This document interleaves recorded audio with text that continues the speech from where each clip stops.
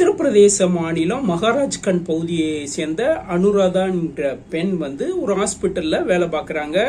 அந்த சமயத்துல அவங்களுக்கும் அவங்களுடைய ஹஸ்பண்டுக்கும் வந்து பிரச்சனை நிறைய ஏற்படுது. ஸோ விவாகரத்து ஏற்பட்டு அவங்க வந்து என்னன்னா போபாலுக்கு வேலைக்கு போறாங்க.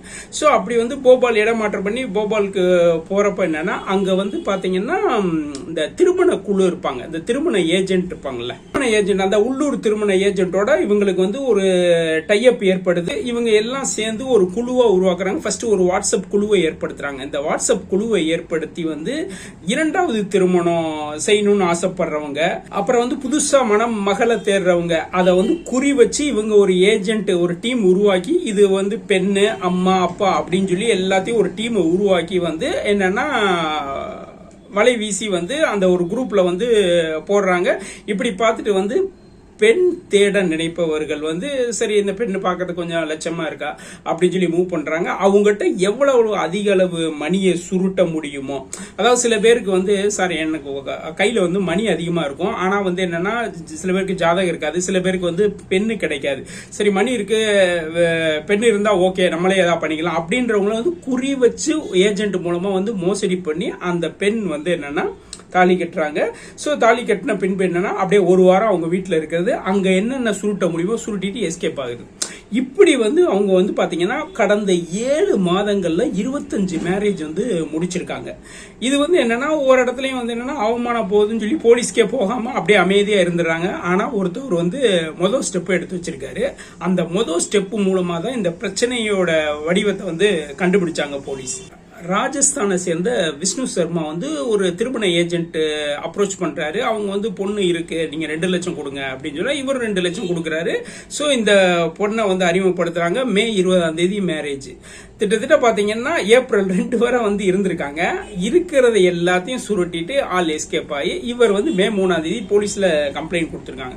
ஸோ அந்த போன் நம்பர், மற்ற போன் நம்பர், அதாவது அம்மா அப்பா அப்படி சொல்லக்கூடிய அந்த கும்பலுடைய போன் நம்பரை வச்சு ட்ரேஸ் பண்ணி வந்து டீமை தூக்கியிருக்காங்க. அப்படி டீமை தூக்கி இந்த பெண்கிட்ட வந்து விசாரணை பண்றப்ப வந்து என்னன்னா இவங்க வந்து 7 மாசத்துக்குள்ளே 25 பேரை வந்து திருமணம் செஞ்சிருக்காங்க. ஸோ அந்த திருமண ஏஜென்ட்டுகளையும் வந்து அந்த மோசடி நபர்களையும் கைது பண்ணியிருக்காங்க. பின்ன விசாரணை வந்து நடைபெற்று வருது.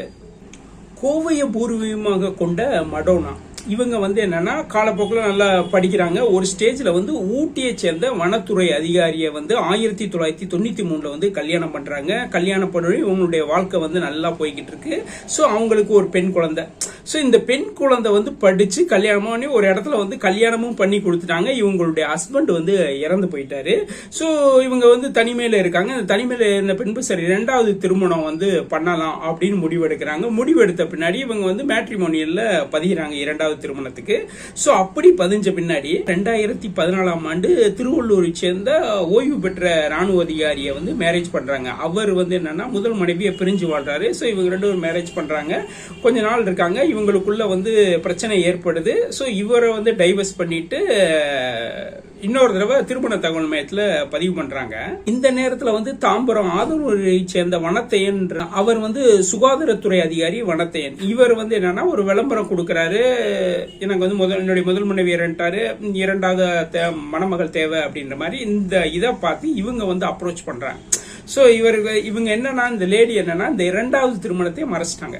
ஃபர்ஸ்ட் ஹஸ்பண்ட் இறந்து போயிட்டாரு அப்படின்ற மாதிரியே வச்சு ஒரு போலி டாக்குமெண்ட் ரெடி பண்ணி மேரேஜ் பண்ணிக்கிறாங்க. மேரேஜ் பண்ணி காலங்கள் போகுது. ஒரு ஸ்டேஜ்ல வந்து அவர் உடல்நிலை காரணமா இறக்குறாரு. இறந்த பின்பு என்னன்னா அவர் வந்து 24 பவுன் நகையும் 9 லட்சத்தையும் பணத்தையும் வந்து இவங்க எடுத்துக்கிறாங்க. அந்த இறந்து போன அம்மாவுடைய அந்த முன்னாள் பென்ஷன் பண அக்கௌண்ட்ல இருந்த பணத்தையும் வந்து இவங்க சுருட்டிக்கிறாங்க. இது வந்து என்னன்னா ஒரு பெரிய பிரச்சனையாகுது. அந்த இறந்து போன வனத்தையனுடைய மகள் செசிலியாவுக்கும் இவங்களுக்கும் வந்து மடோனாவுக்கும் மோதல் ஏற்படுது. அது ஒரு பெரிய பிரச்சனையாகுது. ஒரு போலீஸ் கம்ப்ளைண்ட் ஆகுது. ஸோ விசாரணையில என்ன சொல்றாங்கன்னா இவங்க இது மாதிரி நிறைய பேரை வந்து ஏமாற்றி இருக்க வாய்ப்பு இருக்கு அப்படின்ற மாதிரி சொல்லப்படுது. இது தொடர்பான விசாரணையை வந்து நடக்குது. அதாவது மேரேஜ் பண்றாங்க, பணத்தை சுருட்டுறாங்க அப்படின்ற மாதிரி பல விஷயங்கள் வந்து கொஞ்சம் கொஞ்சமா வந்து வெளியில வருது. இது உண்மையா பொய்யான்னு பின்னாடி போலீஸ் விசாரணையில முழு விவரம் தெரிய வரும்.